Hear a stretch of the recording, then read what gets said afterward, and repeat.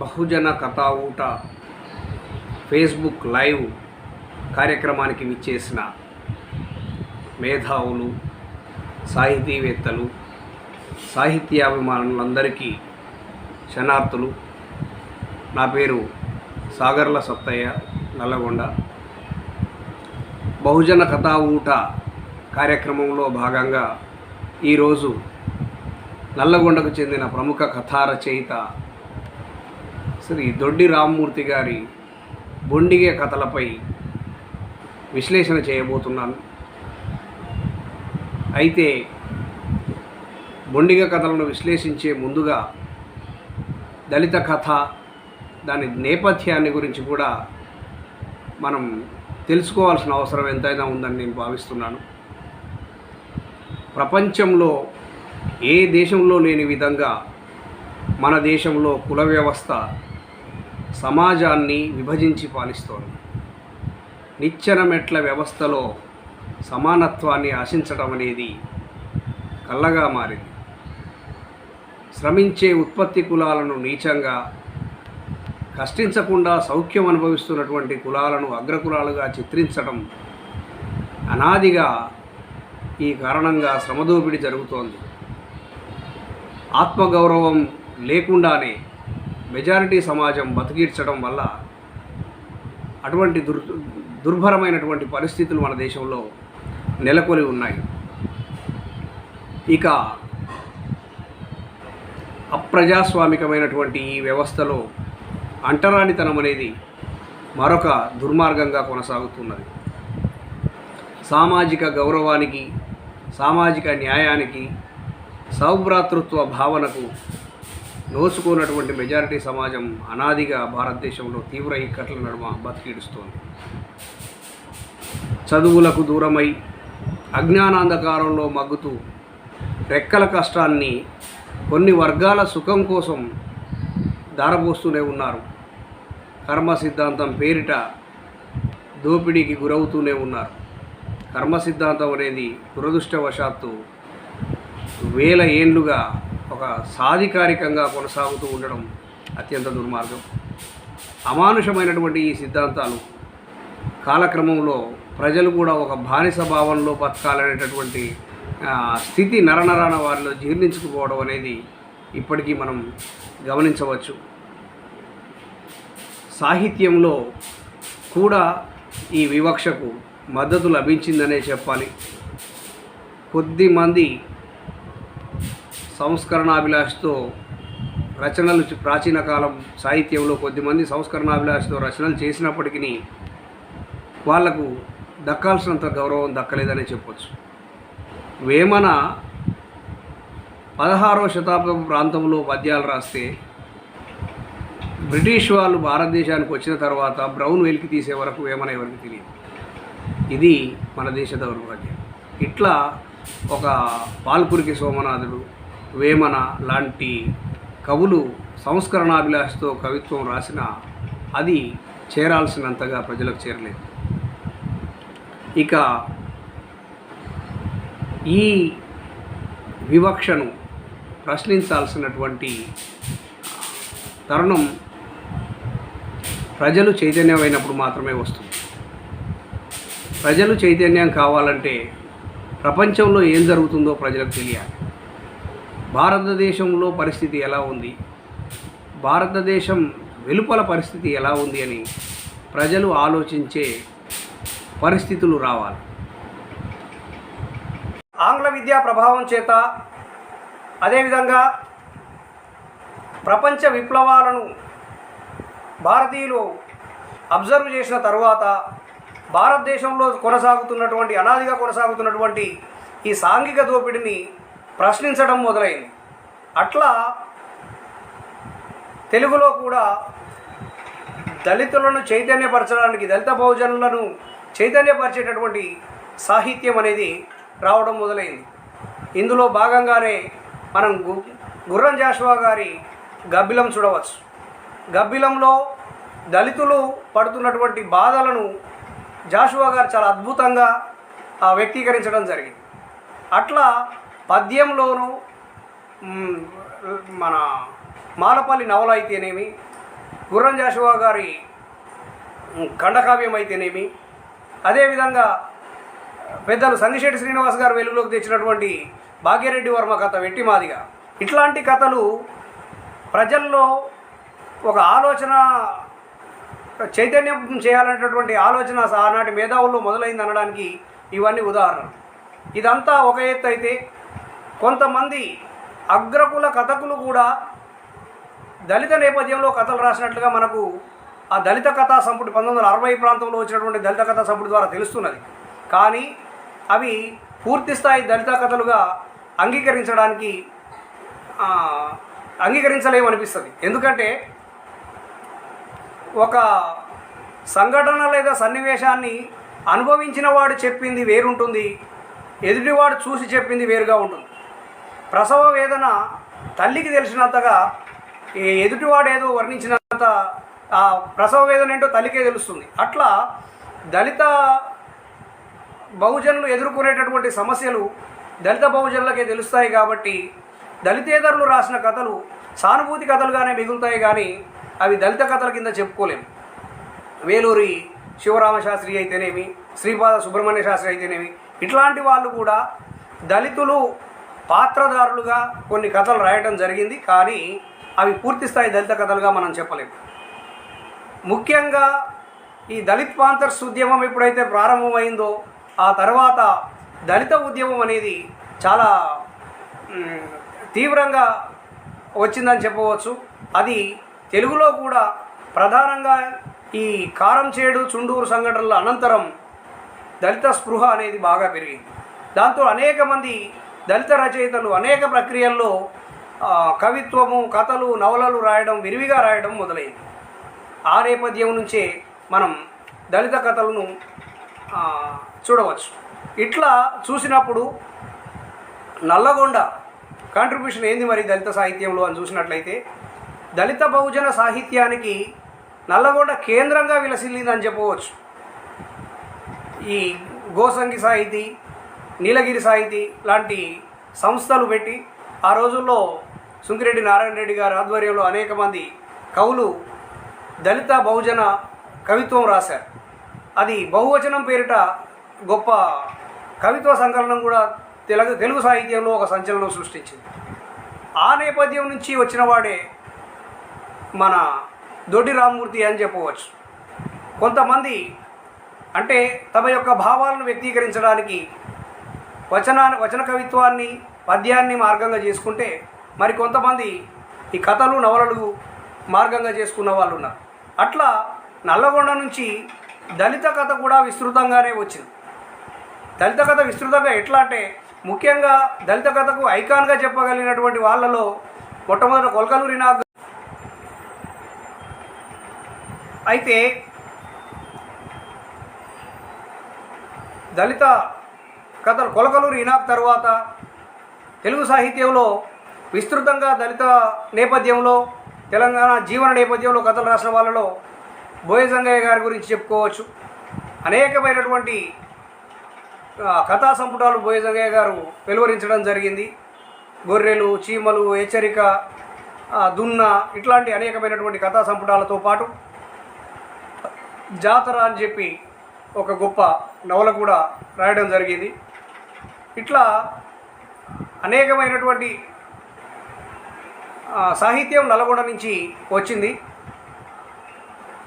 తర్వాత నల్లగొండ నుంచి కథా సాహిత్యంలో మనం ప్రధానంగా చెప్పుకోదగ్గ వాళ్ళలో దొడ్డి రామ్మూర్తి, వేముల ఎల్లయ్య, భూతం ముత్యాలు, చిత్రం ప్రసాద్, ఇటీవలి కాలంలో పెరుమాళ్ళ ఆనంద్, ఏబూషి నరసింహ, బండారు శంకర్, దాసరి లింగస్వామి మొదలైనటువంటి వాళ్ళు దళిత స్పృహతో దళిత అంశాన్ని కథా వస్తువుగా చేసుకొని కథలు రాస్తూ ఉన్నారు.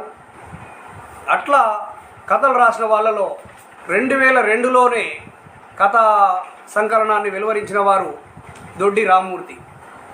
దొడ్డి రామ్మూర్తి రాసినటువంటి ఈ బొండిగే కథలు చదివినప్పుడు అందులో ఉన్నటువంటి జీవద్భాష అత్యంత సహజంగా, ఎంత సహజంగా ఉంటుందంటే, ఒకసారి ఒకానొక వ్యాసంలో కలకూరి ప్రసాద్ అంటాడు, దొడ్డి రామ్మూర్తి నల్లగొండలో పుట్టి ఉంటే ఈ భాష వచ్చేది కాదు అని.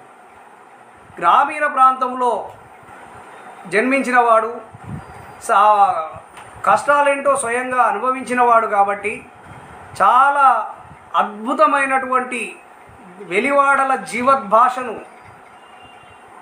సొంతం చేసుకున్నవాడు దొడ్డి రామ్మూర్తి. దొడ్డి రామ్మూర్తి 1968 ఆగస్టు 20వ తారీఖు నాడు దొడ్డి మారెమ్మ పాపయ్య దంపతులకు ఊకొండిలో జన్మించారు.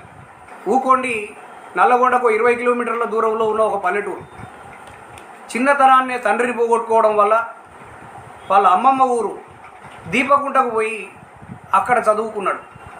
ఆ దీపకుంటలో కూడా మేనమామల ఇంటి దగ్గర ఉండి వాళ్ళ తాత చదివిస్తే కంచనపల్లి, దీపకుంట, కంచనపల్లి, నల్లగొండలో చదువుకున్నాడు. చిన్నప్పటి నుంచే తండ్రి లేని జీవితం, అది కూడా 1980వ దశకం అంటే అంటరానితనం కాస్త అధికంగానే ఉంది.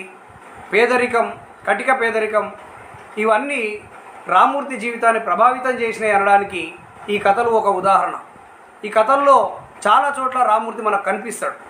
అట్లా చాలా అద్భుతంగా తన జీవితాన్ని, తన చుట్టూ ఉన్న జీవితాలను, దళితుల యొక్క భాషను గొప్పగా రికార్డు చేశారని చెప్పవచ్చు. అదేవిధంగా తాను చిన్నప్పుడు ఎదుర్కొన్నటువంటి వివక్ష, తర్వాత బెర్ర అనే కథలో కథానాయకుడు దొడ్డి రామ్మూర్తి అనిపిస్తుంది. అట్లా చాలా అద్భుతమైనటువంటి కథాకథనంతో జీవిత అనుభవాలను రికార్డు చేయడం జరిగింది.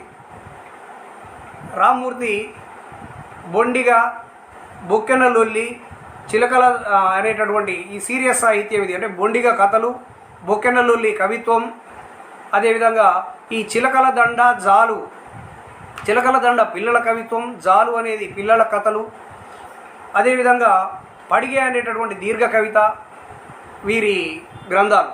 ఇవి కాకుండా అమ్మ మీద ఇప్పుడు ఒక నవల రాస్తున్నారు, ఇంక మరొక దీర్ఘ కవిత సిద్ధమవుతున్నది. ఇది రామ్మూర్తి గారి సాహిత్యం. ఇక రామ్మూర్తి గారి గురించి ఈ అవార్డులకు రివార్డులకు దూరంగా ఉండే వ్యక్తి కాబట్టి ఈయనకు గొప్ప అవార్డు ఏమిటి అని నేను అనుకుంటానంటే, కలకూరి ప్రసాద్ 2002 ప్రాంతంలో వార్త ఆదివారం సంచికలో ఒక వ్యాసం రాస్తూ నల్లగొండ ఆస్కార్ వైల్డ్ దొడ్డి రామ్మూర్తి అని రాశాడు. నిజంగా, ఎందుకంటే ఆస్కార్ వైల్డ్ జీవద్భాషను ఎట్లా పట్టుకున్నాడో దొడ్డి రామ్మూర్తి నల్లగొండ జీవద్భాషను అట్లా పట్టుకున్నాడని చెప్పి కితాబు ఇవ్వడం జరిగింది.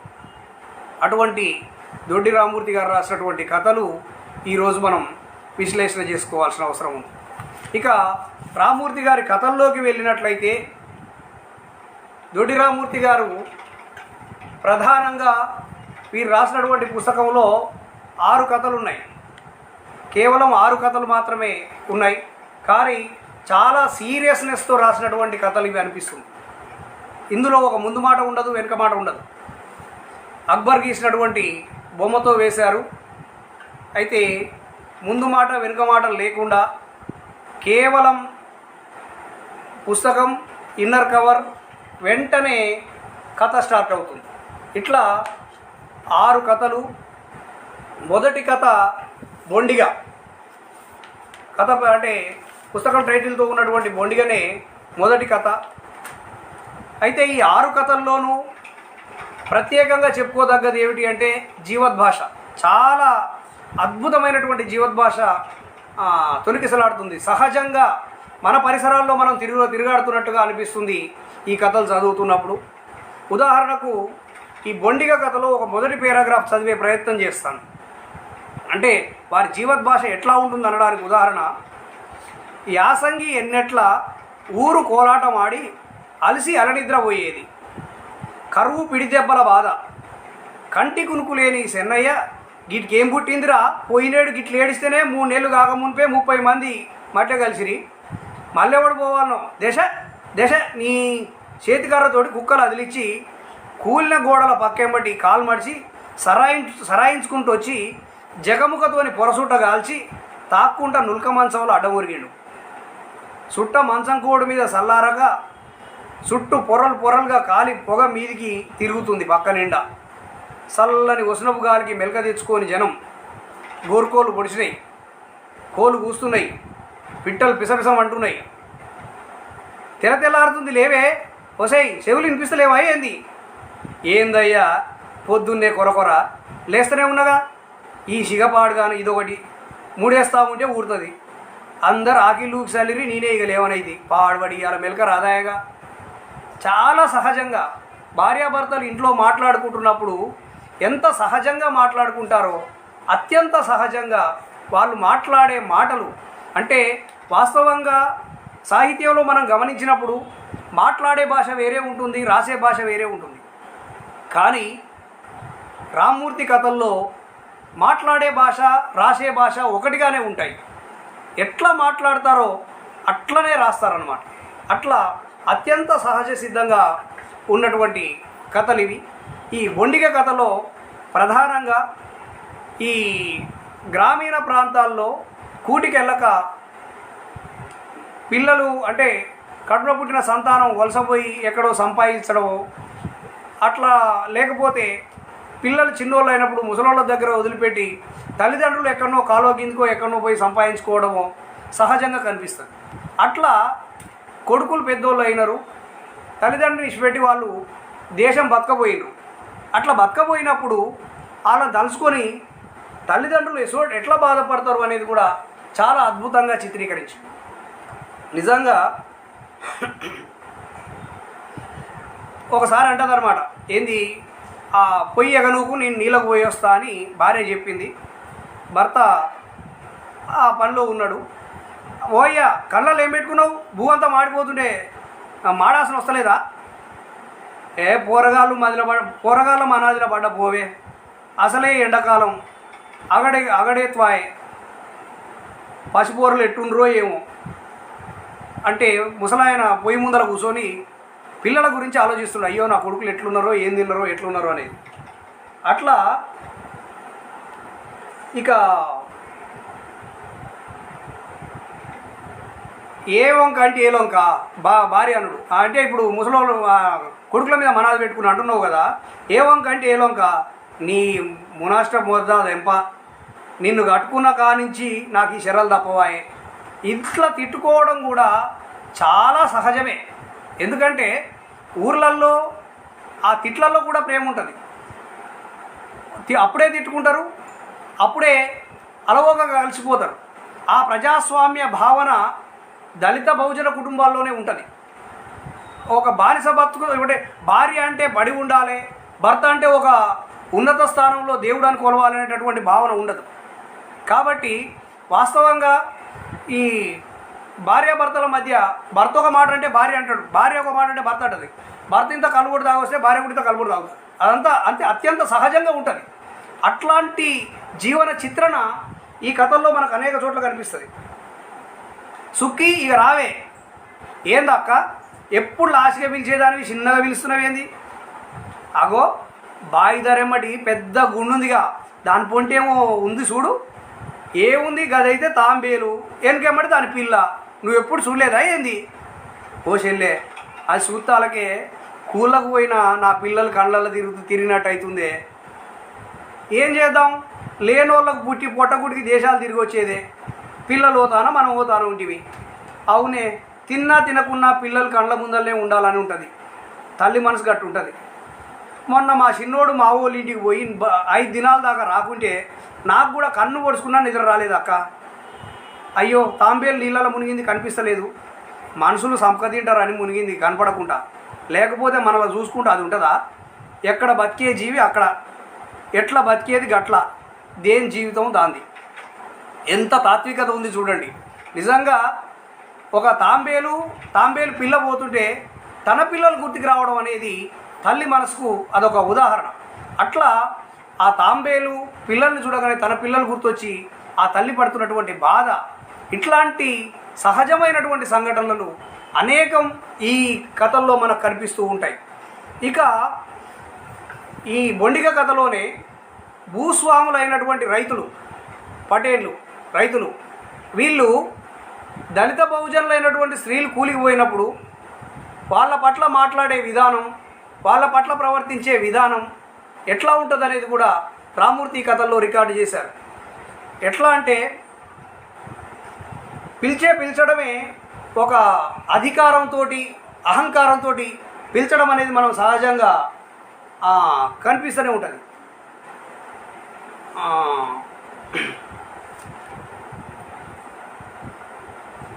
ఒక్క నిమిషం.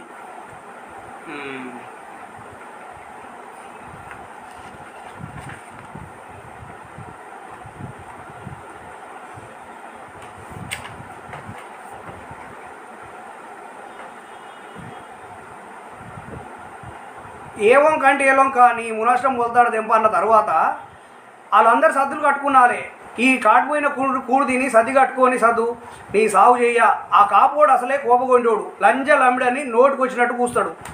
మా అమ్మగాని ఊకోవే, శక్తిగా ఎట్నో పొరపాటు అయిందని అని భర్త అంటాడు.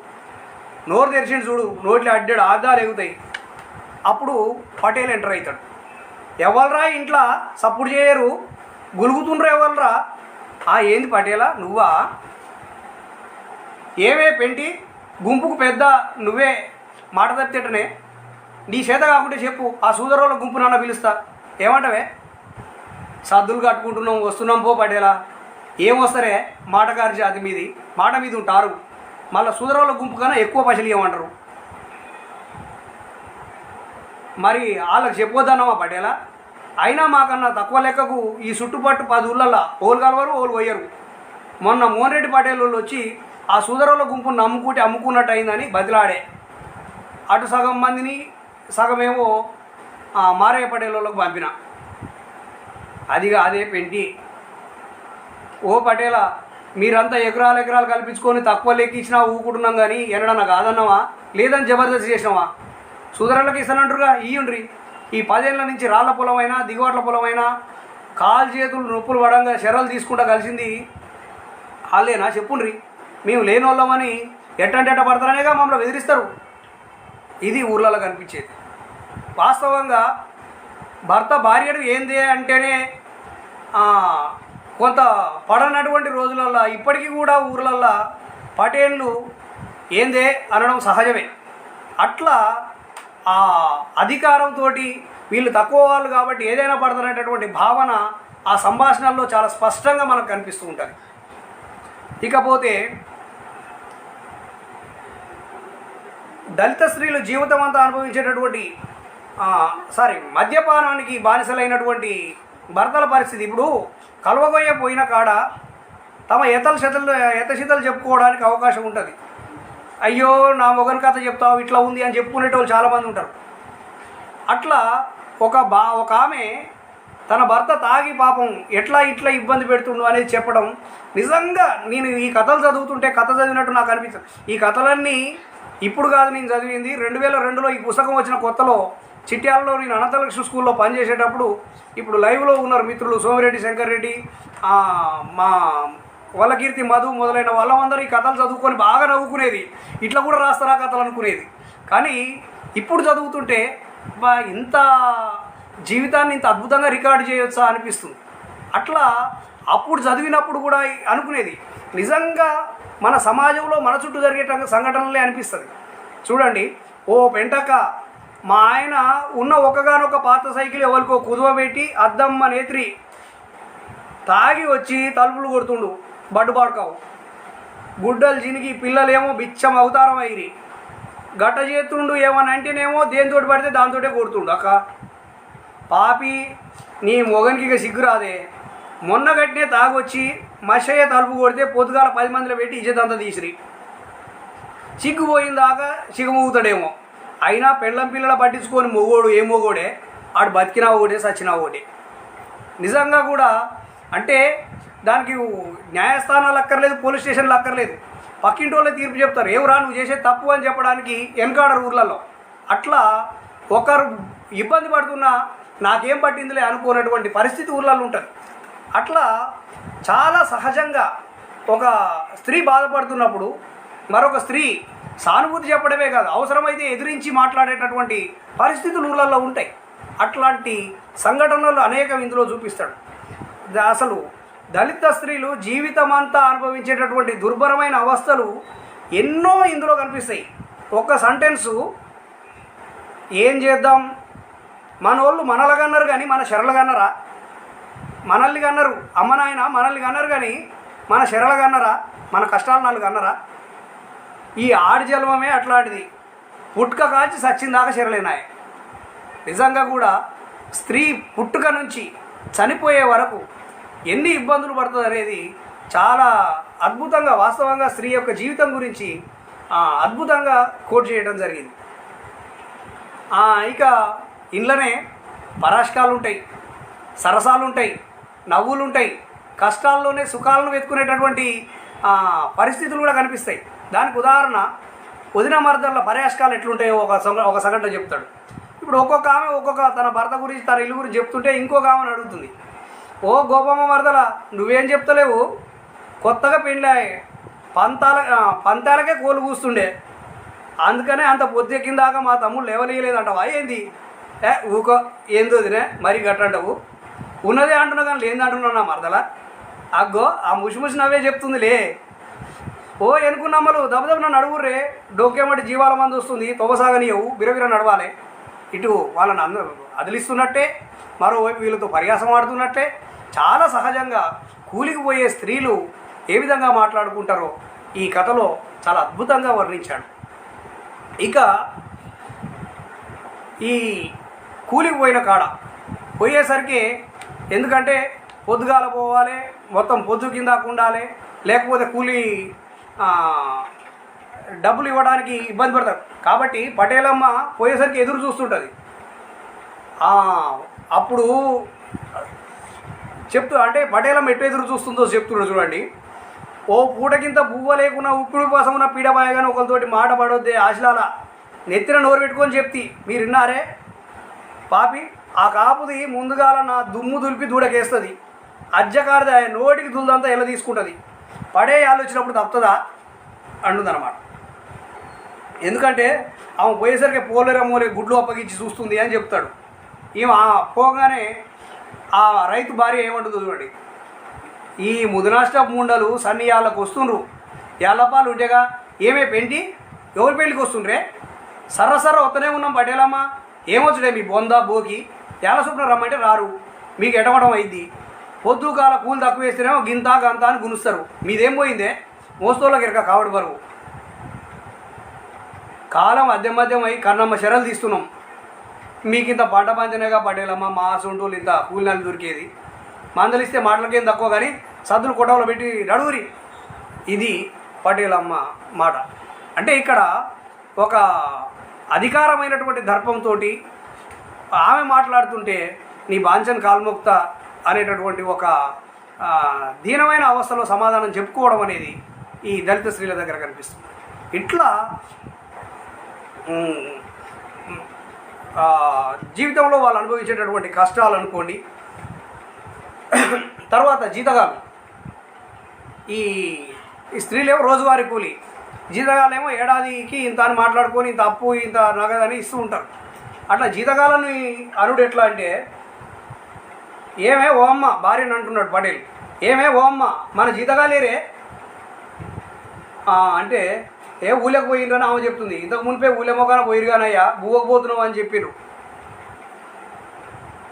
ఈ ముండా కొడుకులు ఇంకా రారేరుగా, తిండి ఎంత తింటురో ఏమో పొంటే పోయినరు, అగో వస్తుండ్రుగా పటేలా ఎట్లా నీళ్ళు దాపుకొని వస్తున్నా, ఎటు పోతే అటేనారా, ఎటు చచ్చిండ్రు, అంబటాలు అయింది బువ్వకు పోయినావు, నీకు చెప్పేపోతుందిగా పటేలా, ఏం చెప్పుడో ఏమో కానీ నువ్వు ఆ లచ్చిరెడ్డి కాడికి పోయి టాక్టర్ని తీసుకొని రమ్మను, ఒరే ఇస్తారి నువ్వేమో పసులో నీళ్ళు దాపుకొని దొల్లిదోలరా, మనం ఎట్లు తిప్పుదాం సూతరేవరా ఓన్రి.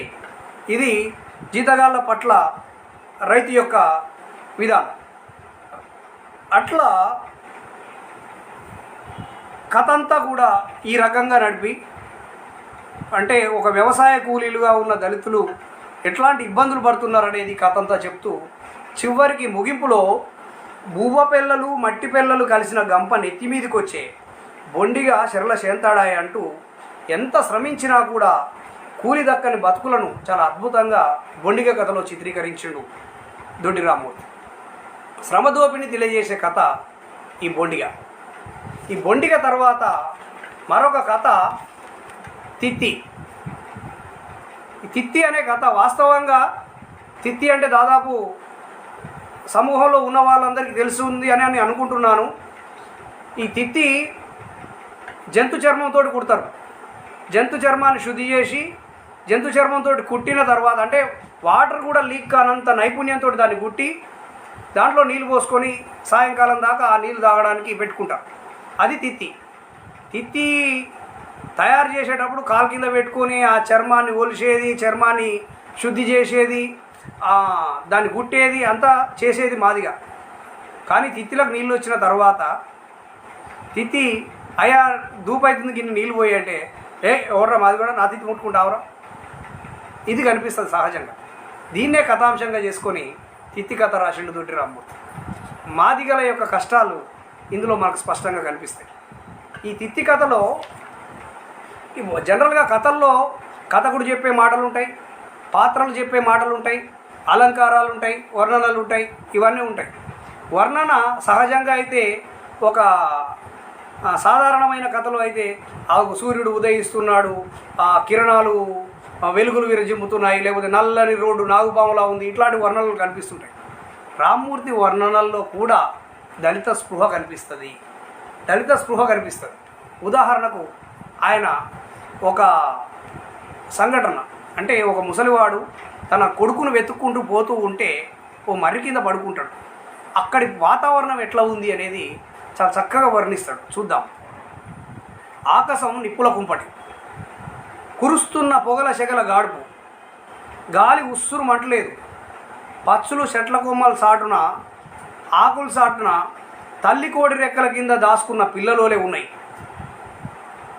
ఎండ ఏతువకు దిక్కులు దిగులు ముఖం పట్టినాయి, నేలంతా దుమ్ముతోటి దూలాడుతుంది, సూపులతోటి గాలిచ్చినా కానరాని పచ్చదనం, కాళ్ళు సుర్రున అంటుకపోతున్నాయి. చెప్పులున్న అడుగులకు ఏమెరక, తోలు జీరిన చెమటకెరక ఆ బాధ ఏందో. గుడిసె గూళ్ళ చూసి బలవంతులు గుడ్లు తిప్పే దినం, గుడ్డ పేలికలు అవుతారని ఎదగనీయని ఎల్తి, కాలం చేతిల ఇముడని గుత్పున్నోని బర్రె, చల్లగా చల్లజమటలు వచ్చి ఒంటి మీద బట్టగుడ్డలు దడిచి ఎంతున్నాయి, మళ్ళీ దడుస్తున్నాయి. నడిచి అలసిపోయి బండ్ల బాటెమటున్న ఊడల మర్రి కింద తలకు చుట్టుకున్న రుమాలిప్పి పక్కకేసుకొని గుర్రు కొట్టుకుంటే ఇల్లెలగల వన్యాడు రొట్టకాళ్ళెంకడు, ఆ మర్రి కింద పడుకుండు అని చెప్పడానికి ఇదంతా చెప్తాడు. ఇందులో చెప్పే దాంట్లో భాగంగా చెప్పులున్న అడుగులకేమెరక, తోలు జీరిన చెమటకెరక ఆ బాధ ఎంతో అంటాడు. చెప్పులు వేసుకున్న అంటే సుఖంగా బతికేవాడికి ఏం తెలుస్తుంది కష్టం యొక్క విలువ అని చెప్పడానికి. అంటే వర్ణనల్లో కూడా ఒక దళిత స్పృహతోటి గుడ్డ పేలికలు అవతారాన్ని ఎదగనీయని ఎల్తి అంటాడు, కాలం చేతిలో గుత్తుకున్నోని బర్రె అంటాడు, బలవంతుడిదే రాజ్యం అని చెప్తాడు. ఇట్లా చాలా అద్భుతంగా వర్ణన అనేది మనకు కనిపిస్తుంది. అలంకారాలు కూడా ఏదో సాంప్రదాయకమైన ఆమె ముఖం చంద్రబింబం లాంటి అలంకారాలు కాకుండా చాలా అద్భుతంగా అలంకారాలను కూడా సందర్భోచితంగా ఉపయోగించు. చిక్కగా సిబ్బితీగలు లెక్క అల్లుకున్నట్టున్న ఆ చెట్టు మీద తీర్ పచ్చులు చేసే అరుపులు, భాగోతగాళ్ళు శృతి కలిపి పాడుతున్న పాటలోనే ఉన్నాయి. ఆ చెట్టు మీద ఉన్నటువంటి పచ్చులు చేసే అరుపులు భాగోతగాళ్ళు శృతి కలిపి పాడుతున్న పాటల లెక్క ఉన్నాయి అంటాడు. గొప్ప ఉపమాలంకారం ఇది నిజంగా. అంటే పక్షుల యొక్క అరుపులను ఒక సంగీతంలాగా ఈ రచయిత వినిపిస్తున్నది. ఇట్లాంటి అందమైన అలంకారాలు కోట్ చేస్తే ప్రతి కథలో కూడా ఇట్లాంటి అలంకారాలు చాలా కనిపిస్తూ ఉన్నాయి. ఇక జనరల్గా పేదోనికి కష్టం వచ్చినప్పుడు ఎవడు చూస్తున్నట్టే పోతాడు, చేతిలో బెల్లం ఉంటేనే ఈగలాలుతాయి అనేది మనకు సాధారణంగా ఉన్నటువంటి సామెత. అటువంటి పరిస్థితిలో అంటే నిస్సహాయుడిగా ఉన్నటువంటి ఈ ముసలి రొట్టకాళ్ళ వెంకటి తాను అయ్యో నాకేం లేకపోవడం వల్లనే నా ఎవడు చూస్తలేడుగా అని బాధపడుతూ ఒక మాట అంటాడు. ఈ పచ్చని చెట్టు మీదకి పచ్చులు వచ్చినాయి, కూరలేమో ఆటకోయిళ్ళు అయినరు, మరి ఎండిపోయిన చెట్టు దానికి ఓడొస్తాడు, దాన్ని ఓడి లెక్క చేస్తాడు. బట్టకు పొట్టకుండి బతుకు పచ్చగున్నోని ఇంటికే బంధువులు వస్తారు కానీ గతిమల్లోని ఇంటికి కూడా వస్తాడు. అంటే బెల్లం ఉన్న చోటనే ఈగలాగుతాయి. ఇక నా జీవితం కూడా గింతే అని చెప్పి ముసలాయన బాధపడి ఏడుస్తూ ఉంటాడు. అసలు ఎందుకు ఏడుస్తున్నావు? ఆ చెట్టు మీద కొంతమంది పిల్లలు కోతికొమ్మ ఆడుకోవడానికి ఈతకు పోతున్నారు. పిల్లలు పోతూ పోతూ మధ్య మర్రి చెట్టు కాడ జరసేపు కోతికొమ్మ వచ్చి ఆడుకుంటూ ఉంటారు అనమాట.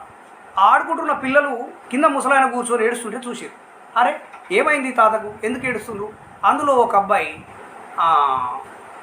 సమ్మయ్య ఆలోచించి తాత ఏమైంది, ఎందుకు ఏడుస్తున్నావు అని అడిగితే తన బాధ అంతా చెప్పుకుంటాడు. ఈ బాధ ఏడుపులో కారణం ఏంటంటే ప్రధానంగా కొడుకుని జీతం ఉంచితే చిన్న తప్పు చేసిండు అని పటేలు ఆయిల్ బర్గ తీసుకొని మయ్యరకు పెట్టిండు. పాపం వాళ్ళు చెప్పుకోలేక, అంటే ముసలోని భార్య చచ్చిపోయింది, కొడుకున్నాడు కాబట్టి తల్లి లేని పిల్లగాడు ఇక మా అయ్య ఇటనే జీతం ఉంచుతాడు, నా వల్ల కాదని ఓ రాత్రికాలం లేచి పారిపోతాడు. ఆ బాధను తను చెప్తాడు అనమాట. ఏమని చెప్పకూడక పోయిన వాళ్ళు పోవంగా దక్కిన ఒక్కగానొక్క పోరడు గౌరవంగా చదువుకున్నా మొన్న మధ్యలో బీమారు వచ్చి వాళ్ళ అమ్మ కాలం చేసింది. ఆడిడ అప్పుసప్పు చేసి తెచ్చిపెట్టినా దక్కదాయే. ఏదన్నా కూలినాలు చేద్దామంటే నాకేమో మడివసూలాలు నొప్పాయే, ఎట చేయాలి? అప్పించిన వానికి కట్టాలని పోరన్ని నాగిరెడ్డి పటేల్ తాన జీతం ఉంచిన ఆడు అనక తప్పిన కాపోడు కోపం ముక్కు మీద సిమ్ముకు వస్తుంది. మా ఓడు పసిపోరడు గొడ్ల కాస్తుంటే కడుపులో ఆకలై కొడుకు ముంజకాయలు తింటుండాట. ఆ గొడ్లు పాడే అటు ఇటు కాళ్ళు రిల్లలు వాయంగా తిరిగి సర్రన పోయి డొంకవతల తోటలో పడి తొక్కి తొంబరలాడినాయని పటేలు ఉరుకొచ్చి చిన్న పోరడని చూడకుండా ఆయిల్ బరుగుతో మయ్యర కొట్టిండట. కొడుకు ఏడ్చుకుంటూ వచ్చి ఇక నేను జీతం చేయనని నాతడీలు చెప్పాడు. బుక్కెడు బువ్వ తినమంటే తినలేదు. దెబ్బలకు నొప్పులకు తట్టుకోలేక అస్సలు నిద్రపోతలేడు. కొడుకు బాధ చూడలేక ఊరు బయటికి పోయి ఇంత నల్లాలను దింపుకొచ్చి ఓ పెంకల పసరు పిండి నువ్వులెచ్చగా నిప్పుసగా చూపి దెబ్బలు తగిలి బొగ్గలు వచ్చిన కాడల్లా గుడ్డ పసరులో పంపి అద్దిన. కాలు చేతులు గుంజుకపోతున్నాయంటే జరసేపు ఒత్తిన. పోరడేమనుకుండో ఏమో జాంపోతులు లేసి చూస్తాలకే ఇంట్లో లేడు. మా అయ్య నన్ను ఇట్లా కష్టపెడుతున్నాడు, మా అమ్మాయి ఉంటే నన్ను ఇట్లా జీతానికి తోలిచ్చేదా అని ఎంత శోకం పెట్టుకుంటూ వెళ్ళిపోయిండో కొడుకు. ఇంటాంకల్లా నీకిట కనపడ్డా కొడుక అని ముసలోడు అడుగుతాడు అన్నమాట. ఏ తాత నాకేడా తెలుస్తుంది, నీ కొడుకు ఎట్టుండో నాకు ఇసు ఉండో ఎంతమందో పోతుంటారు, నాకేడా తెలుస్తుంది అని చెప్పి ముసలాయన అంటాడు. ఏడ్చి పాపం దూపకొన్నాడు ముసలోడు. దూపకొని అయ్యా నీ దండం పెడతాకి నీ మంచినీళ్ళు ఉంటే ఇస్తావా అని అడిగినాడు. మా అయ్య గారికి నేను మంచినీళ్ళు ఉంటే పోయి అయ్యా పానం వసూలు పడతలేదు, దూపకొని సరం ఎండిపోతుంది అని ముసలోడు అడిగింది. అప్పుడు జరాలు తాత అని ఈయన కాడ లేదు, ఈ పిల్లగాని కాడ లేదు, ఇప్పుడున్న పిల్లగాని కాడ లేదు. లేక పక్కువని అడుగుతున్నాడు ఇంకోవని.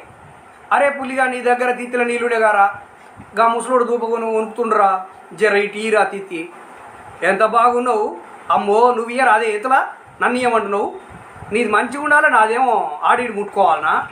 ఓరు నాయనో మంది సొమ్ముకు మారాదంటే నీయసంటోడే. అది కాదురా, నా నీళ్ళు మంచిగాడు తాగిండ్రా, నీ దగ్గర ఉన్నాయి పోయామంటే మబ్బుకు మాస్కేస్తావేందిరా, సస్తోని కన్నా నీళ్ళు పెడతాడంటే నీయసంటోడే. నీకు తెలివే లేదు, ఎట్ట బతావురా సమిగా, ఆడెక్కడోడో ఏంటోడో ఎరకలేని నీళ్ళు ఇయ్యరంగానే ఇస్తానరా అంటే ఆడు మాలోడో మాస్టోడో మాదిగోడో డక్కలోడో ఆడోడో అని నీ అనుమానం కదరా. అరే నువ్వు చెవిటోని వారా, కొలుపు పెట్టి చెప్తే తలుపు పెట్టి అడుగుతావు, చెప్తావేంద్రా?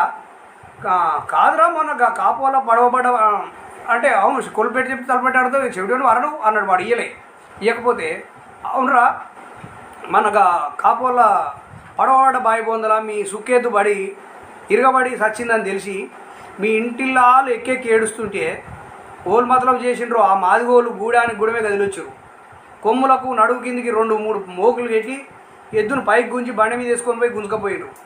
తలకాయ తప్పించి సుర్కత్తితోటి తోలంతా మటామటికి కీలికీలు ఒలిసి దానికి ఎంతో సాగీరు చేసి ఎండబెట్టి ఎండాక నానబెట్టి అరకత్తోటి ఒడుపుగా సన్నగా ఈనెలు తీసి ముద్దుగా తిత్తి చెప్పులు కుట్టేది అవ్వలరా మాదిగోళ్ళే.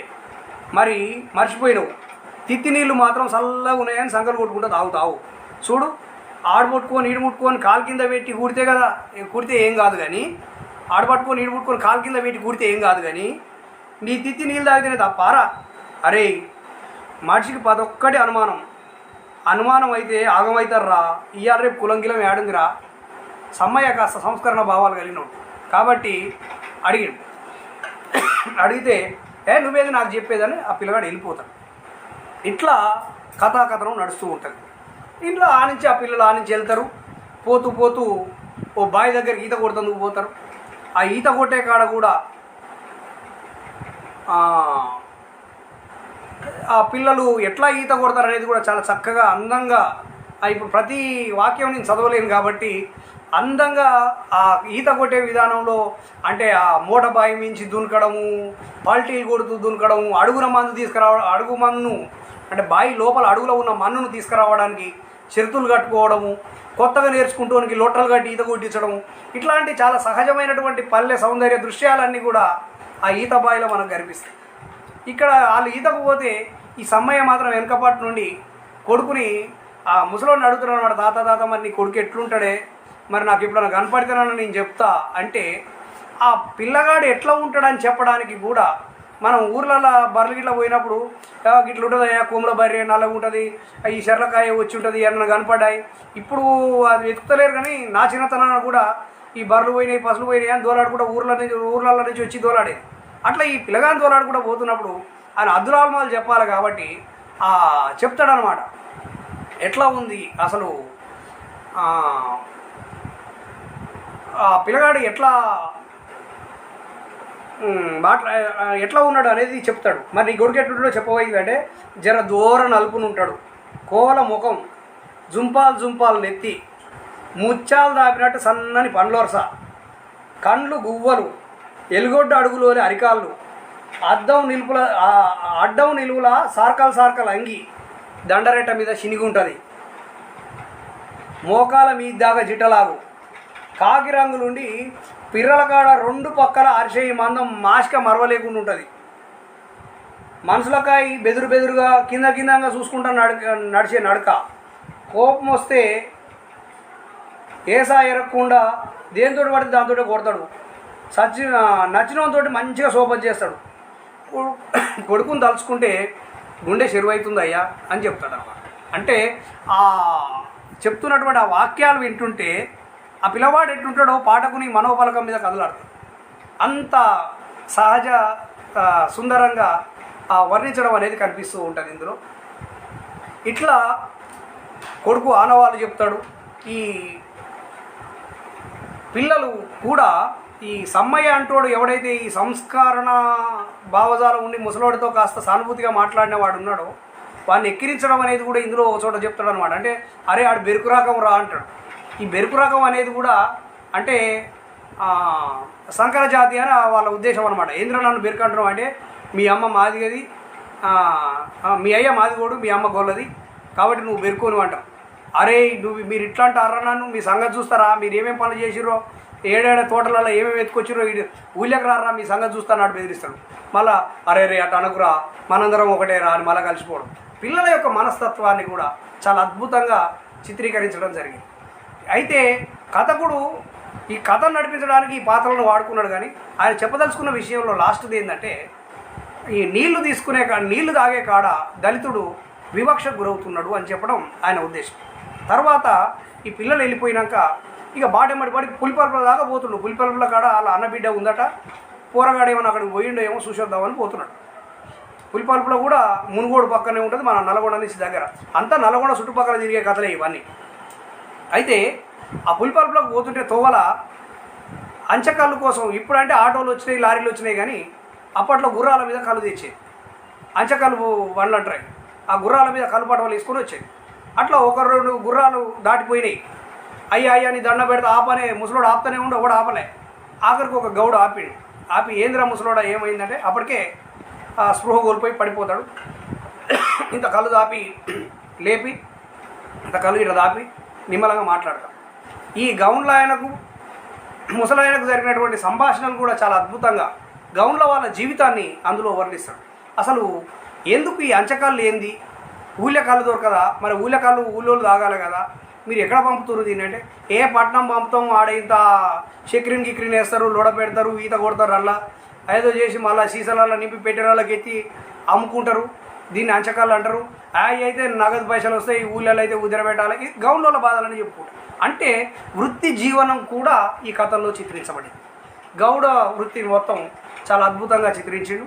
ఒక మానవతా భావంతో ఆ పైసలు కూడా తీసుకోడు. అయ్యా నీ దండం పెడతా, నేను మాదిగోని అందరు ఇచ్చినట్టు ఇవ్వకపోయినా గిన్ని పైసలు ఉన్నాయి తీసుకో అని ఇవ్వబోతాడు. ఇవ్వబోతే నీ కులం అడిగినా తలం అడిగినరా, నువ్వు ఎందుకు చెప్తున్నావు ఇట్లా, నాకేమవద్దు, నువ్వు సస్తోనివి, ఇట్లా దుఃఖం పుట్టేడు దుఃఖం నువ్వు నీ కొడుకు పోయినట్టు నీకాడ నేను తీసుకుంటున్నా తీసుకున్నాను వెళ్ళిపోతాడు ఆయన. చివరికి కథకుడు పాఠకులకు విసిరిన ప్రశ్న ఏమిటంటే, నీళ్లు భూమి నుంచే వస్తాయి, కళ్ళు భూమి నుంచే వస్తాయి, భూమి నుంచి అంటే ప్రకృతి నుంచే వస్తాయి, మరి కళ్ళుకు లేని కులం భూమికి నీళ్ళకెక్కడిది? ఇది పాఠకుడికి వదిలిన ప్రశ్న. నిజంగా కూడా ఏ గౌడింటికి పోయినా కూడా నువ్వు దళితుడివి నీ కళ్ళు పోయి అనుకో అనడు. ఎవరికైనా కళ్ళు పోయడం అనేది చాలా సహజం. కానీ నీళ్ళు పోసే కాడ మాత్రం నువ్వు ఏంటి వాళ్ళు అయ్యా అని అడుగుతావు. అదే వస్తుంది కదా. హలో, నా మాట వినపడలేదా? హలో హలో హలో, నా మాట వినపడుతుందా సార్? మధ్య ఏదో ట్రై టు రీకనెక్ట్ అని వచ్చింది సార్. వినపడుతుంది అంటే దయచేసి ఒక మెసేజ్ పెట్టండి సార్ ప్లీజ్. హలో,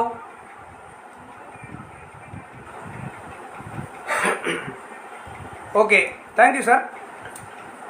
అయితే ఈ బేగరోళ్ళు దూదేకులోళ్ళు ఊర్లలో ఉంటారు. దూదేకులోళ్ళు కూడా ముస్లింలలో. అయితే దురదృష్టం ఏమిటంటే అగ్రవర్ణాలు దళితులు అని మాట్లాడుకునే ఈ సందర్భంలోనే మరొకటి చర్చనీయాంశం ఏంటంటే దళితుల్లో కూడా ఎక్కువ తక్కువలు ఉండడం అనేది దురదృష్టకరం. ఇప్పుడు మాలోళ్ళల్లోనే బేగరోళ్ళు ఉంటారు, మాల వాళ్ళలోనే కొంతమంది బేగర వృత్తి చేస్తారు. కానీ మాల వాళ్ళకంటే బేగరోళ్ళని తక్కువగా చూస్తారు. ఈ అంశాన్ని కూడా కథకుడు ఈ కథలో లేవనెత్తాడు. తుర్కోళ్ళు అని రాశాడు ఆయన రాయడము. ముస్లిమ్సు ఈ దూదేకుల, ఈ రెండిట్లో కూడా దూదేకుల వాళ్ళని చిన్న చూపుతో చూడడం అనేది కనిపిస్తుంది. ఇట్లాంటి సున్నితమైన అంశాలను లేవనెత్తిన కథ బేగరోడు. బేగరి జీవితంలో వాళ్ళు ఎదుర్కొనేటటువంటి కష్టాలు ఇందులో చాలా స్పష్టంగా చెప్పడం జరిగింది. దూదేకుల వాళ్ళ ఎదుర్కొంటున్నటువంటి కష్టాలను ఇందులో చెప్పడం జరిగింది. ఈ ఇప్పుడు కొత్త తరం పిల్లలు తల్లిదండ్రుల మాట వినకపోవడం అనేటటువంటి అంశాలను ఇందులో చర్చించడం జరిగింది. హిందూ ముస్లిం ఐక్యతతో కూడినటువంటి సంస్కృతి, అంటే ఉదాహరణకు పీర్ల పండుగ ఒకప్పుడు ఐక్యంగా కలిసి చేసేవాళ్ళం, ఇప్పుడు అది ఎట్లా ధ్వంసం అవుతూ వస్తున్నది, ఒకప్పుడు ఏ విధంగా ఐక్యమత్యంతో బతికినాం అనేది కూడా ఈ కథలో చర్చించడం జరిగింది. ఇట్లాంటి అనేకమైనటువంటి అంశాలు ఇందులో ఉన్నాయి. ఫస్ట్ ఈ కథ స్టార్ట్ అవ్వడమే చలికాలం చలిమంటతో స్టార్ట్ అవుతుంది. నిజంగా ఉన్నోనికి చలి కష్టం తెలియకపోవచ్చు, హాయిగా వెచ్చగా పడుకుంటాడు. కానీ లేనోనికి చలి కష్టం అనేది స్పష్టంగా తెలుస్తుంది. ముఖ్యంగా తెల్లారుజామునే లేచి చలికి తట్టుకోలేక పోయి ఆకం ఈకం ఒక్కకాడ వేసి ఇంత గడ్డి చెత్త తెచ్చి ఒక్కకాడ వేసి చలిమంట పెడతాడు. చలిమంట పెడితే ఒక్కడే కూర్చుంటాడా? కాదు. ఈయన చలిమంట పెట్టగానే ఈ సప్పుడు ఆయన చుట్టుపక్కల వాళ్ళు ఆడవాళ్ళు మగవాళ్ళు పిల్ల జల్ల అందరు లేచి వచ్చి చుట్టూ చలిమంట చుట్టూ కూర్చొని చలి కాపుకుంటాం. ఇది సహజం ఊర్లలో. ఇప్పుడు కాస్త తగ్గి ఉండొచ్చు కానీ సహజం.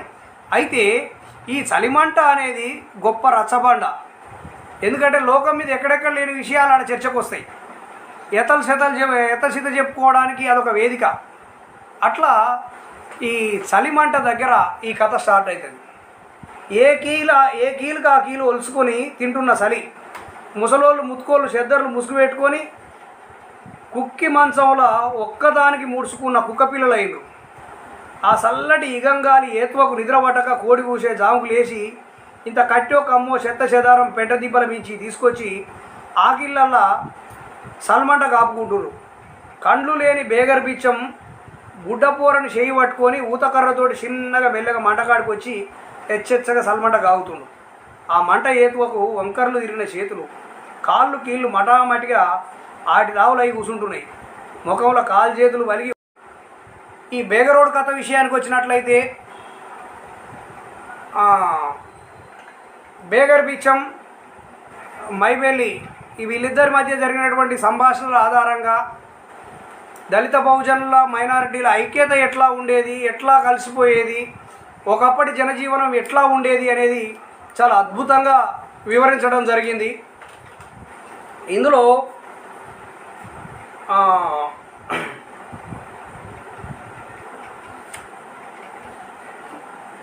ముఖ్యంగా తన యొక్క బాధలు చెప్పుకుంటా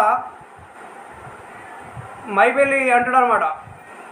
ఇప్పుడు మైబేలి బావా నీ కొడుకు అంటే నువ్వంటే ఊరూరికి నీళ్ళు తాగకుండా మూటలు మోసుకుంటా గాజులు అమ్ముకొని బతికినావు, కానీ ఇప్పుడు నీ కొడుకును అమ్మమంటే గాజులు అమ్మమంటే అమ్ముతాడా, దూదేకమంటే ఒప్పుకుంటాడా, చదివిందేమో పెద్ద చదువాయే, అటు ఏదైనా ఉద్యోగం సద్యోగం లేదు, ఇటాంకలు ఏదైనా పని చేసినట్టు లేదు, పొయ్యిల పిల్లడు ఎవడమే కష్టకాలమాయే అని చెప్పి ఈయన అంటాడు. అన్నప్పుడు ఏడింటాడు బిచ్చం, కూరగాయలు ఇప్పుడు తల్లిదండ్రులు చెప్తే ఇంటుండ్రా, వినేటట్టే లేదు పరిస్థితి. ఇంకో ఎదిగిన పిల్ల ఎద మీద కూర్చొని ఉండే కామ్ నై కరేతో కైసా బేటా అంటే సాధనోని ఇంతమందిని ఎందుకు గానో అంటుండట కొడుకు. నన్ను నోరు తెరవనిస్తలేడు, మూ బంద్ కరో అంటుండు. బాగుందయా సాహెబ్ మీవో. నేటి పిల్లలు తల్లిదండ్రులను ఎదిరిస్తున్నారు అనేటటువంటి విషయాన్ని ఆవేదనతోటి ఈ మైబేలి చెప్పడం అనేది మనం గమనించవచ్చు. అదేవిధంగా పీర్ల పండుగ ఉంటే దూదేకుల వాళ్ళు హాయిగా జీవిస్తున్నారని, ఆ పీర్ల పండుగ పోవడం వల్ల కూడా వాళ్ళ కనీస ఉపాధి లేకుండా పోతుందనేటటువంటి ఆవేదన మైబేలి పాత్ర ద్వారా కథకుడు చెప్పిస్తాడు. అదేవిధంగా ఈ అలా వాడే కాడ అందరు ఐక్యమత్యంగా అలా వాడడం, అనేక రకాలైనటువంటి వేషాలు వేసుకోవడం, పర్యాసాలు ఆడుతూ పాటలు పాడుతూ చక్కగా ఒక పండుగ వాతావరణంలో చేయడం అనేది ఇందులో మనకు కనిపిస్తుంది. ఎట్లా అంటే ఎలుగొడ్డేశాలు వేస్తారు, ఎలుగొడ్డేశాలు, దొమ్మరేషం, లత్కోరేషం, మీసాల బుచ్చమ్మ, మొండోరేషం, ఇట్లా అనేక రకాలైనటువంటి వేషాలు వేస్తూ వాళ్ళు మాట్లాడుతూ ఉంటారు, వాళ్ళు పాటలు పాడుతూ ఉంటారు. అదేవిధంగా చాలా అద్భుతంగా పండుగ దుకాణాలు పెట్టుకొని ఊదుకడ్డీలు, కొబ్బరికాయలు, చిలకల దండలు, పీసిమిఠాయిలు ఇవన్నీ పెట్టుకొని అంటే ఒక పండుగ వాతావరణంలో జరపడం అనేది మనం గమనించవచ్చు. ఇప్పుడు ఆ పండుగ లేకుండా పోతుంది, కాలక్రమేణా అయిపోతున్నాయి. ఏ పండుగ అయినా కథకులు ఒక మాట అంటాడు, ఏంటంటే ఏ పండుగ అయినా లేబర్ జాతి కూలినార్జనం చేస్తేనే ఆ పండుగకు అందం. ఉన్నోనికి ఏముంది చెప్పు, ఆయనకి ఎప్పుడైనా పండుగే, లేనోనికే పండుగ నాడు ఒక ఆనందం. అట్లాంటి పండుగలు లేకుండా పోతున్నాయి. అదేవిధంగా పీర్ల కొట్టం అనేది కూడా ఒకప్పుడు ఊర్లో ఒక ఐక్యతకు చిహ్నంగా, ఒక ఆనందానికి వేదికగా పీర్ల కొట్టం ఉండే. ఇప్పుడు ఆ పీర్ల కొట్టం కూడా ఊర్లలో పోతుంది అనడానికి అప్పటి రోజులలో తుర్కోల పండుగకు మేమెందుకు రావాలని అనకపోయేది, ఎవరైనా వాళ్ళంతా మా వాళ్ళు అనుకునేది. ఇప్పటికీ కూడా చూడండి, ఆ గౌండోళ్ళ పీరు, ఈ కోమటోళ్ళ పీరు అని ఉంటాయి. పీర్లు కూడా కులాల వారీగా పీర్లు ఉండడం ఊళ్ళలో మనం గమనించవచ్చు. ఈ పీర్ల పండుగ మా తుర్కోలదైనా చేసేదంతా మీ తెలుగులే బిచ్చం, మాల, మాదిగ, గొల్ల, కుర్మ, కమ్మరి, కుమ్మరి, సాకలి, గౌండ్ల, ముత్రాసి, బీదబిక్కి లేనోళ్ళందరూ చేసుకునే పండుగ. చివరికి పీరీలు బయలుపడే రోజు కూడా ఊరు తిప్పి ఆడేది కూడా మీ ఊళ్ళే. ఇప్పుడు ప్రతి ఒక్క ఊళ్ళే చూసినా కులం మత్తు బేజాకెక్కింది, బీమారు ఎత్తువైంది. పెద్దోళ్ళు ముసలిముత్కే కాదు, బుడ్డ పోరగాళ్ళు సగం మతాన్ని నరనరాన పారించుకుంటున్నారు. అందుకనే ఈ పీర్ల పండుగ కంసే కం తక్కువైపోయింది. ఇక ఈ కాలంలో పిల్లలకు పండుగ అంటే ఏందో కూడా తెలియదు. అంటే మతం అనేది ఒకప్పుడు కలిసి బతకడానికి మతం, కానీ ఇప్పుడు మతం అంటే నువ్వు వేరు నేను వేరు అనే భావన బలంగా నాటకపోతుంది. ఒకప్పుడు ఇది లేదు. చాలా అద్భుతంగా అందరు కలిసిపోయి ఒక చాలా సుఖ సంతోషాలతో బతికినటువంటి ఊర్లలో మనం బతికిన వాళ్ళం. ఇప్పుడు సాంకేతికత పెరుగుతున్న కొద్దీ, ఈ కాలం మారుతున్న కొద్దీ నువ్వు వేరు నేను వేరు అనేటటువంటి సంకుచిత భావంలోకి దిగజారిపోతున్నటువంటి దుస్థితిని తర్వాత ఈ పీర్ల పండుగకు అనాదరణ కరువై ఆలావు గుంటలు గూడిపోవడం, పీర్ల పండుగ మన పీర్ల కొట్టంలో కప్ప చెట్టు మొలవడం, ఆ పెట్టె కూడా దింపే పరిస్థితి లేకపోవడం అనేది చాలా ఎట్లా తిప్పొస్తలేదు సార్ ఈ కెమెరా, ఎందుకో చాలాసేపటి నుంచి ఇట్లా వస్తున్నది. ఏం చేయాలో అర్థమవుతలేదు సార్ నాకు. ఎట్లా తిప్పినా ఇట్నే వస్తున్నది సార్. ఇది ఎందుకు ఇట్లా వచ్చిందో తెలుస్తలేదు.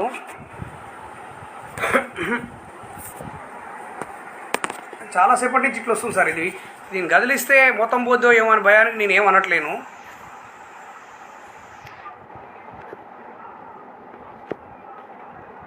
ఏం చేయాలో తెలుస్తలేదు సార్. ఇది సార్ ఏదో ఒకటిసారికి ఒక 10 నిమిషాల్లో నేను ముగించే ప్రయత్నం చేస్తా సార్. దయచేసి ఇట్లనే చూడండి, తప్పదు. హలో, అది వస్తలేదు సార్. నేను ఎంత ప్రయత్నం చేసినా కూడా నా బొమ్మ అడ్డం వస్తున్నది, నాకే కనిపిస్తున్నది అట్లా. అయితే ఇట్లా దూదేకులోళ్ళు బేగరోళ్ళ యొక్క దుస్థితిని వర్ణిస్తాడు. తర్వాత ఈ బేగరోళ్ళ పరిస్థితి చెప్పే క్రమంలో చివరికి ఆ ఊరి దొర చచ్చిపోయిండని సమాచారం వస్తుంది. అరే నిన్న మొన్నటిదాకా మంచిగానే ఉండగా ఎట చచ్చిపోయాడని బేగర్ బీచం అడగడం, ఆడు చాలా పాపాత్కుడు ఉండే చచ్చిపోయిండని చెప్పి అనడం, ఆ దొర యొక్క దాష్టికాల గురించి మాట్లాడుకోవడం, చివరికి కాల్చిన తర్వాత తలగోరకుండల పశలు మాత్రమే బేగరి బీచానికి దక్కడం, ఇది కథలో సారాంశం. ఇట్లా బేగరి వాళ్ళ జీవితాలను, దూదేకుల వాళ్ళ జీవితాలను రికార్డు చేసినటువంటి కథ బేగరోడు. దీని తర్వాత తెర్లు. ఈ తెర్లు అనే కథ కూడా చాలా హృదయ విదారకంగా, కన్నీటిని తెప్పించే విధంగా ఉంటుందని నాకు అనిపించింది. ఎందుకంటే చాలా చోట్ల మనం అయ్యో ఇంత కరుణరసాత్మకంగా ఉంది కదా అని కన్నీళ్ళు తెచ్చుకునేటటువంటి పరిస్థితి ఇలా కనిపిస్తుంది. ఒక అవిటి స్త్రీ, వాస్తవంగా ఆమె అవిటిదేం కాదు, యాక్సిడెంట్లో కాలుపోయినటువంటి స్త్రీ పడే, ఆ దళిత స్త్రీ పడేటటువంటి కష్టాలు ఇందులో చెప్పడం జరిగింది. ముఖ్యంగా ఎవడన్నా కష్టంలో ఉండు అంటే ఊర్లలో ఉన్నటువంటి సౌలభ్యం ఏంటంటే, అరే సస్తుంటే చూస్తావురా, వాడిని ఆదుకోవాలన్నటువంటి ప్రేమలు ఇంకా ఊర్లలో బతికున్నాయి. కాబట్టి అట్లా ఆమెకు మద్దతుగా, ఆమె కష్టాలకు ఓదార్పుగా తోటి స్త్రీలు వచ్చి ఆమెను ఎట్లా ఓదార్చిరు, ఆమె తన యొక్క దుఃఖాన్ని ఎట్లా చెప్పుకున్నది అనేది ఇందులో మనకు కనిపిస్తుంది. ఆ తెర్లు అనే పదానికి అర్థమే కష్టాలు. తెర్లు అంటే కష్టాలు అనే అర్థం. అట్లా ఇందులో గ్రామీణ స్త్రీల పరాశకాలు, నేటి పిల్లల పెంపకం, కోపం వచ్చినప్పుడు దేవుని కూడా దూషించడం అనేది కూడా మనం సహజంగా గమనించవచ్చు.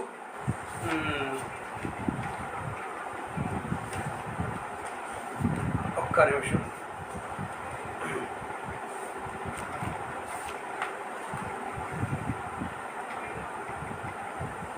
పసిపిల్లవాడు తల్లి కాళ్ళు పోయి భర్త చచ్చిపోయిన సత్యమ్మ అనేటటువంటి పాత్రధారి కాలు యాక్సిడెంట్లో నార్కట్పల్లి దాటినాక చింతల హోటల్ కాడ యాక్సిడెంట్ అయింది, కాలు పోయిందని చెప్తాడు కథకుడు. ఇది కూడా నల్గొండ పరిసరాల్లోనిదే. జాతీయ రహదారి 65 మీద నార్కట్పల్లి దాటగానే అక్కడ ఇప్పటికీ చింతల హోటల్ అనేది పిలుస్తారు ఆ ప్రాంతాన్ని.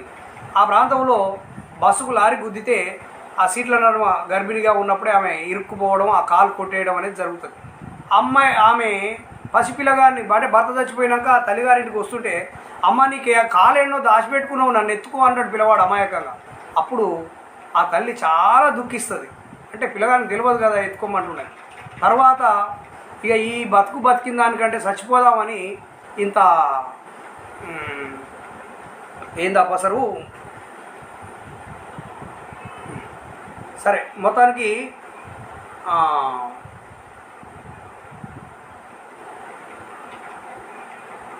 చచ్చిపోదాం అనుకుంటుంది. గుడపాల చెట్టు అని ఉంటుంది. ఆ గుడపాలు తాగితే విషం, అది చచ్చిపోతారు. కాబట్టి ఇంత గుడపాలు తాగి చచ్చిపోదామని చెట్టు కాడికి పోతుంది. ఆడికి పోయేసరికి ఓ తల్లి పిట్ట పిల్ల పిట్టకు మేత పెడుతుంటుంది నోట్లో. అది చూసి ఏ తల్లి అయినా తల్లే కదా, ఏ ప్రాణమైనా ప్రాణమే కదా, మరి నేను పోతే నా కొడుకు ఓడి పెట్టాలి అని ఆలోచించుకొని ఆమె చావడం అనేటటువంటి ఆత్మహత్యను ఆమె నిభాయించుకుని ఆగిపోతుంది అన్నమాట. అట్లా ఒక తల్లి బాధ కళ్ళకు కట్టినట్టుగా, దుఃఖం వచ్చేటట్టుగా ఇందులో చక్కగా రాసాడు. అంతా చదవడానికి సమయం లేదు కాబట్టి నేను చదవలేకపోతున్నా. ఆ తర్వాత ఇక అనేకమైనటువంటి సంఘటనలు ఉంటాయి ఇందులో. ఎట్లా అంటే ఆమెకు ఆ సత్తమ్మ అనే పాత్రధారి పెళ్ళి అయినప్పటి నుంచి ఇదే కష్టాలు. ఆ యాక్సిడెంట్ అయిన తర్వాత ఈ కాలు లేదు అనే వంకతోటి వాడు ఇంకో అక్రమ సంబంధాన్ని, భర్త ఇంకో అక్రమ సంబంధాన్ని పెట్టుకోవడం, ఈవెన్ మాట మాట్లాడితే కొట్టడం, కుంటి కులాసం ఇంటికి పోసం అని ఎక్కిరించడం, ఇట్లా ఆమెను పెట్టేటటువంటి బాధలన్నీ. సరే హాస్పిటల్లో పడ్డప్పుడన్నా మంచిగా చూసుకున్నారా అంటే, ఆ హాస్పిటల్లో పడి ఆముంటే యాక్సిడెంట్ అయింది కాబట్టి పైసలు వస్తాయి అట అని లాయర్ నెట్ పెట్టుకొని చాలా మామ సంతకాలు పెట్టించుకోవడం. అసలు అత్తేమో నా కొడుకు ఇటువంటి ముదనష్టం దాడి చేస్తుంది అని అక్కడే తిట్టుకోవడం. అట్లా ఆమె పడ్డ బాధలన్నింటినీ ఇందులో ఏకరువు పెట్టడం జరిగింది. తర్వాత ఊళ్ళోకి వచ్చినాక ఇక నేను ఇప్పుడు వాస్తవంగా ముత్తైదువుగా ఉంటే గౌరవిస్తారు సమాజంలో, విధవరాలుగా ఉంటే లెక్క చేయరు. దాన్ని చెప్తూ అంటాడు, ఎంత అన్నాలమైపాయే చక్కదనాల ముఖం కనుబొమ్మల మధ్య పశ్చెల్పు బొట్టు, చేతి నిండార్ల గాజులు వేసుకొని కలగలుపు మాటలతోటి కడుపుల ఇసం లేకుండా మనూరు దేవతలు ఇంటివి, ఇప్పుడు చెలిగిన చెట్టు వైద్యవి చెల్లె, దొంగలు దోసిన ఇల్లాయే, ఏదో భూమి మీద గిన్ని నూకలు ఉన్నాయి లేకుంటే ఈ పాటికి నీ పేరు మాసిపోవు చెల్లె, మళ్ళా జలిమెత్తినట్టు అయిందే సత్యమా అని వాళ్ళు బాధపడతారనమాట. అంటే ఒక ముత్తైదువతనం కోల్పోయినవు అని చెప్పి తోటోళ్ళు చెప్పడం, నువ్వు నీ కొడుకున్నాడు, నీకు ఒక మొలక, ఆడు కాపాడుకో, ఆడే నీకు రేపు ప్రయోజకుడు అవుతాడని చెప్పి ధైర్యం చెప్పడం, ఇదంతా కూడా ఈ కథలో మనం గమనించవచ్చు. ఇందులో ఒక స్త్రీ పడేటటువంటి కష్టాలు తెలియజెప్పడమే ఇతివృత్తంగా మనం చెప్పుకోవచ్చు. దీని తర్వాత కథ బెర్ర. ఈ బెర్ర అనే కథ వాస్తవంగా నేనేమనుకుంటానంటే, కథ అంతా చదివిన తర్వాత దొడ్డి రామూర్తి జీవితం గురించి వారితో నేను మాట్లాడిన తర్వాత నాకేమనిపించిందంటే, ఇది ఆయన జీవితం నుంచి పుట్టిన కథ అని నేను అనుకుంటున్నాను. ఎట్లా అంటే, అప్పుడు మధ్యాహ్న భోజనం ఇప్పుడు బల్లెల్లో ఉంది కానీ అప్పుడు మధ్యాహ్న భోజనాలు లేవు, సది కట్టుకొని పోవాలి, బల్లె సరిగ్గా నీళ్ళు కూడా ఉండేవి కావు. ఈయన 68లో పుట్టిండు అంటే సుమారుగా 83లో 10th అయిపోయి ఉంటుంది, అంటే 70వ దశకంలోని సంఘటన ఇది. సర్ది కట్టుకొని బడికి పోయినప్పుడు బడి లంచ్ బెల్ కొట్టగానే బాక్స్ తీసుకొని పోయి బావుల కాడ తిని వచ్చేది. అట్లా పోయినప్పుడు జర ఉన్నోళ్ళు అయితే ఓ టిఫిన్లో సర్ది పెట్టుకొని వచ్చేది. మరి కథకుడికి టిఫిన్ లేదు, లోతు గిన్నెలా ఇంత గట్టుకేసుకొని దాన్ని గుడ్డతోటి కట్టుకొని వచ్చేది. అది ఎదురోళ్ళు చూస్తే ఎక్కిరించేది. అంటే ఒక ఆత్మీయ న్యూన్యత ఎట్లా డెవలప్ అయింది ఇది దళిత పిల్లల్లో అని చెప్పడానికి ఇందులో మనం ఉదాహరణగా చెప్పవచ్చు. ఎట్లా అంటే, తక్కువ కులాల పట్ల పిల్లల్లో అసలు బెంచ్ మీద కూర్చుంటే కూడా, అరే ఊకే నాకు ఆనకరా, కొంటోళ్ళ పిల్లగాడు అంటారు అనమాట, అయ్యి నువ్వు ఊకే నాకు ఆనకరా, దూరం కూర్చోరా అంటే వాళ్ళకి తెలియకుండానే నువ్వు తక్కువ కులపుడు అని చెప్పడం. ఇట్లాంటి సంఘటనలు అనేక ఇందులో చెప్తాడు. ఈ సందర్భాన్ని బట్టి ఇందులో కూడా రైతు జీవితాన్ని వర్ణించాడు, గొల్లల జీవితాన్ని వర్ణించాడు, గౌండ్ల వాళ్ళ జీవితాన్ని వర్ణించాడు. అదేవిధంగా బడికి పోయినటువంటి పిల్లలు సద్దులు తినడానికి బాయికాడికి పోయినప్పుడు ఫస్ట్ ఉన్నత వర్గాల పిల్లలు తిన్నాకనే వీడు పోవాలి. అట్లా పోతుంటే పోతుంటే పాపం కొనాడు వరం మీసి జారి పడతాడు, అంగికి అంతా బురదాడుతుంది. ఆ అంగి ఉతుక్కొని ఆ మొత్తాలని అంగి ఉతుక్కొని వేసుకొని పోయేసరికి లేట్ అవుతుంది. వీరి మీదనే మళ్ళీ చాడీలు చెప్తారు, ఓ వీడు అక్కడక్కడ తిరిగి వస్తుంది సార్, ఆటలాడొస్తుంది సార్ అంటే, వీడు ఆటల్లో గెలిచినందుకు వీని మీద అక్కస్తోటి సార్కి చెప్పి కొట్టించడం ఇట్లాంటివి. అదేవిధంగా ఉన్నత కులం పిల్లలు దళిత పిల్లల పట్ల ఒక వివక్ష చూపడం, తరగతి గదుల్లో కూడా ఈ అంటరానితనం, గుడిసె చివరికి కథకుడు ఈ అందరు చూసి ఎక్కిరిస్తురని తిని గుడిసెలనే గిన్నె దాచుకొని వస్తాడు. చివరికి ఆ గిన్నె మాయమవుతుంది, ఎవరు ఎత్తుకపోతాడు. అయ్యో నాకు గంటెడు భూమి అంటే లేకపోయా కానీ ఉన్న గిన్నె కూడా మాయమైపోయా కదరా అని చెప్పి బాధపడడం అనేది మనం గమనించవచ్చు. ఇక ఈ బెర్రలో కొన్ని సన్నివేశాలు తప్పకుండా మనం మాట్లాడుకోవాల్సినవి కొన్ని ఉంటాయి. ఈ దళిత పాత్రధారి పిల్లవాడు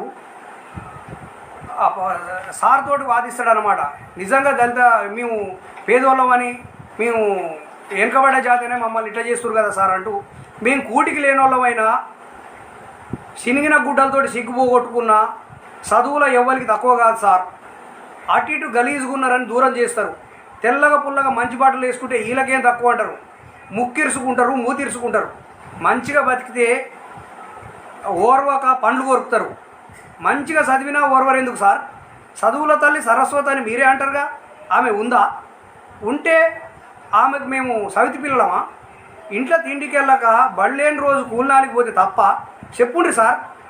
అయినా ఉన్నోళ్ళు ఏది చేసినా చెల్లుబాటు అవుతుంది. మా సోటోళ్ళు ఉన్నది ఉన్నట్లంటే పలికినా నమ్మరు. ఈ లోకంలో గుర్తున్నోందే బర్రే. ఇట్లా నిలదీసి అడుగుతాడు అనమాట. అది కాదురా రోషయ్య, నువ్వు భయపడకురా, మా ముందరగా అవన్నీ ఏముండవురా అంటే, నువ్వెంత అన్నాను సార్, కులం కూకటేళ్లతోటి పాతకపోయి ఈ నేలన కాదు లేదంటే ఎట్ట నమ్ముతారు సార్. కొంతమంది అది ఇదని కాగులిచ్చుకుంటారు. మా మీద ప్రేమ లేనిది కాగులిచ్చుకుంటే ఏం ఫాయిదా? కులం తక్కువ గిత్తు అంటే కులం తక్కువ గిత్తు అంటే నేరం దోషం అని ఒయ్యలేని కట్టల మీద ముద్రేయంగానే పోతుందా సార్? చూడండి, టెక్స్ట్ పుస్తకాల మీద బహుశా మరి ఇప్పుడు ఉందో లేదు, ఈ మధ్య గమనించలేదు కానీ అంటరానితనం అమానుషం అని ఒక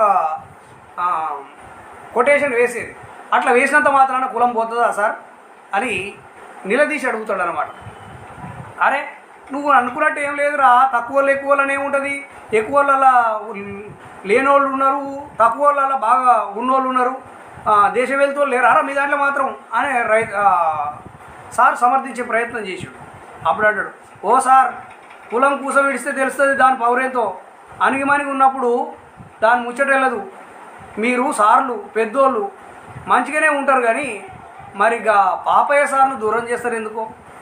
నిజంగా టీచర్లలో కూడా, టీచర్ వృత్తిలో ఉండి కూడా ఏదో ఒక తెలియని వివక్ష దళిత టీచర్ మీద చూపించడం అనేది కూడా బహుశా మరి రామ్మూర్తి అన్న ఆయన జీవితంలో ఎదుర్కొన్నాడేమో నాకు తెలియదు కానీ ఒక పాత్రతో అనిపించింది. అందరు మీరు మంచిగానే ఉంటారు కనుక ఆ పాపయ్య సార్ని ఎందుకు దూరం చేశారు అంటే దళితుడు అనే ఉద్దేశంతో అతని పట్ల కాస్త ఒక వంకర చూపు చూస్తున్నారనే విషయాన్ని పిల్లవాడు కూడా గమనించినట్టు ఈ కథలో రాశాడు. ఇట్లా బతుకుదేరువు నేర్పే బల్యనే ఇట్లా కనిపిస్తుంటే ఇంకోటి చెప్పాలనా సార్ అని ప్రశ్నిస్తాడనమాట. ఇట్లా పాఠశాల స్థాయి నుంచే ఈ అంటరానితనం అనేది కనిపిస్తున్నది అనేటటువంటి కథ బెర్ర. ఇక చివరి కథ బొంద. ఈ బొంద కథలో సాధారణంగా మాలల జీవితాన్ని, తిత్తిలో మాదిగ జీవితాన్ని ఎట్లా చెప్పిండో బొంద కథలో మాలల జీవితాన్ని అట్లా చెప్పాడు. ఈ మాలలు బట్టలు అమ్ముకునేటటువంటి వృత్తి కలిగిన వారు. అయితే అట్లా అమ్ముకోవడానికి ఇక్కడ పని దొరకక అటు గార్ల ఖమ్మం ప్రాంతానికి వలసపోయేది ఈ ప్రాంతం వారు. అట్లా పోయిన కాడ వాళ్ళు ఎటువంటి ఇబ్బందులు పడ్డరు. ఆఖరుకు సస్తే బొంద పెడతాందుకు కూడా నువ్వు ఏ దేశం పోయిరా అని చెప్పి స్థలం ఇయ్యరనమాట. అట్లా చచ్చిన బొందం తోడి ఆ బొక్కలు తీస్తారు. అంటే అట్లా అనేక ఇబ్బందులు ఎదుర్కొన్నారు దళిత జాతి అని చెప్పడం ఆ కథలో మనకు కనిపిస్తుంది. ఈ విధంగా తప్పకుండా చదవాల్సిన పుస్తకం. దురదృష్టం ఏంటంటే కథా రచయిత దగ్గర కూడా లేదు, అన్ని అయిపోయినాయి పుస్తకాలు బొండిగా. చాలా అద్భుతమైన పుస్తకం. వీలైతే నేను వాట్సాప్ గ్రూపులలో దీన్ని స్కాన్ చేసి షేర్ చేసే ప్రయత్నం చేస్తాను. ఎక్కువ మంది చదువుతారని ఆశిస్తున్నాను. బొండిగా ఈ సందర్భంగానైనా మళ్ళొకసారి చదివే అవకాశం కల్పించిన బహుజన కథా ఊటకు హృదయపూర్వకంగా శనార్థులు తెలియజేస్తున్నా. ప్రత్యేకించి సంగిశెట్టి శ్రీనివాస్ గారికి, చందు తులసి గారికి హృదయపూర్వక నమస్కారాలు తెలియజేస్తూ ముగిస్తున్నాను. ఎట్లా క్లోజ్ చేయాలనో ఇది.